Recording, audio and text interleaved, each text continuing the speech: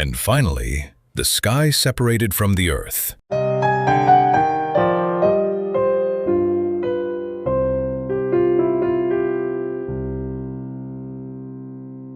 Imagine a world with no open sky. In one of ancient Egypt's most powerful images of creation, the sky and the earth were once pressed together. The earth was a god named Geb. The sky was a goddess named Nut. And between them, there was almost no room for the world as we know it. Then another god stepped between them. His name was Shu. He raised the sky above the earth, and in that moment, the space of creation opened. But why did this separation happen? Was it a punishment? A family conflict? A divine command?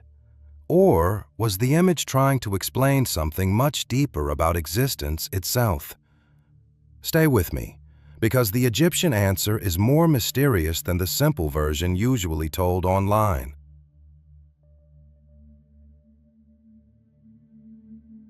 Ancient Egypt did not leave us one single complete creation story comparable to a modern novel. There was no universally fixed Egyptian scripture beginning with chapter 1 and telling the entire story in chronological order. Instead, Egypt had several creation traditions associated with different religious centers. Heliopolis, Memphis, Hermopolis, and Thebes could describe creation differently without necessarily treating the other traditions as false. The story of Nut, Geb, and Shu belongs primarily to the group of deities commonly associated with the Heliopolitan Ennead. In this tradition, the creator god Atum emerged at the beginning of creation and produced the first divine pair, Shu and Tefnut. Shu was associated with air, light, and the space between earth and sky. Tefnut was associated with moisture. Their children were Geb and Nut, the earth and the sky.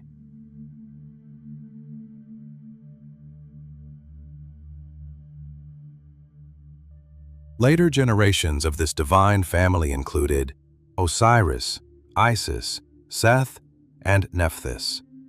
You're familiar with them, aren't you, friends? Our previous episodes are full of amazing legends from the history of art. Don't forget to subscribe to us. Thank you. Well, let's continue. This family structure appears in ancient religious texts, including the pyramid texts, and remained an important part of Egyptian theology for centuries. But Geb and Nut, they were living divine beings. Geb was usually represented as a male figure lying beneath the heavens.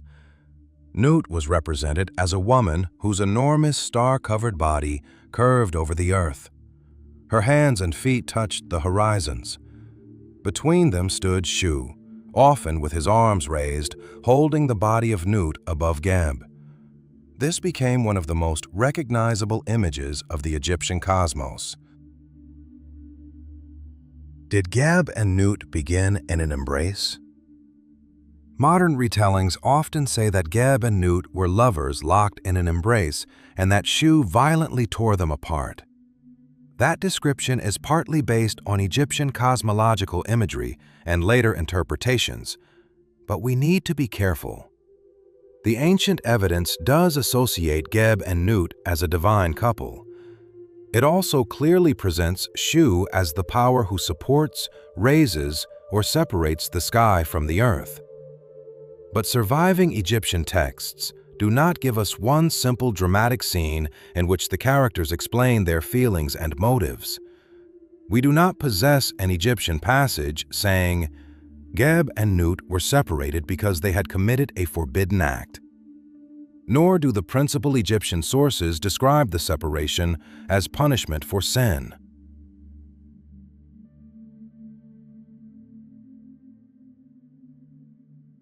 Some scholarly interpretations describe Geb and Nut as being in such close union that separation was necessary before the next divine generation could emerge.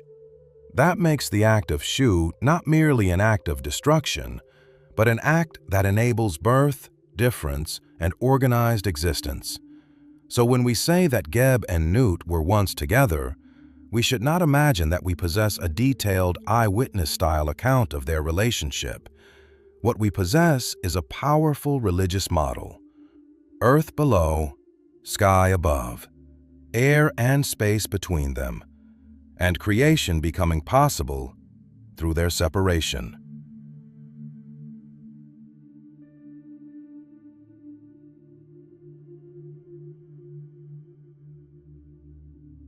Shu raises the sky.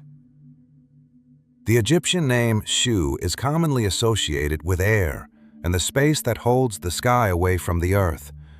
In artistic representations, Shu sometimes appears directly beneath Nut with his arms lifted. Geb lies below, often with one knee raised and his body responding to the curve of the sky above him.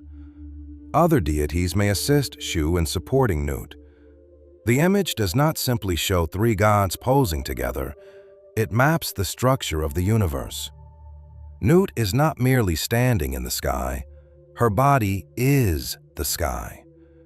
Geb does not simply live on the earth, his body is the earth. Nut did not simply leave Geb forever. The separation was not a complete ending of their relationship. Nut remained stretched over Geb. At the horizons, heaven and earth appeared to meet. Every day the sun moved through this cosmic structure. In Egyptian religious imagery, Nut could receive or swallow the sun at evening and give birth to it again at dawn. Her body, therefore, became a place of death, transformation, and rebirth. She was also deeply connected with the dead. Her image appeared inside coffins and tombs because the deceased hoped to enter her protection and, like the sun, emerge renewed. The British Museum identifies Nut as both the goddess of the sky and an important funerary deity closely associated with the solar cycle. Geb, meanwhile, was not simply abandoned on the ground. He remained the fertile earth from which vegetation emerged and into which human bodies returned.